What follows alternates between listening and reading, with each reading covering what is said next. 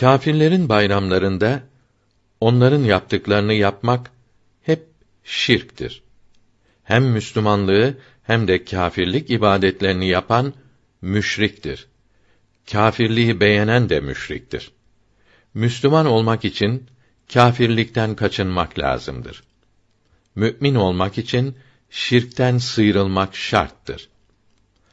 Hastalıktan kurtulmak için putlardan, heykellerden, papazlardan imdat beklemek şirktir ki bu hal Müslümanlar arasında yayılmıştır.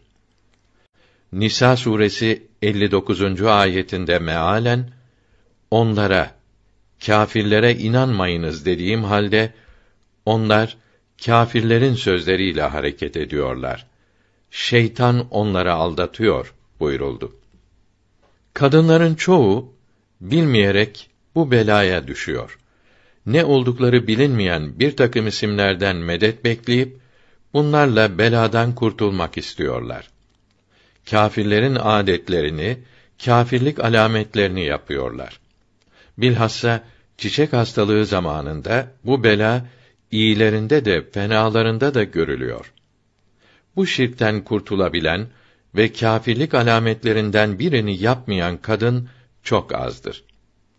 Hinduların bayram günü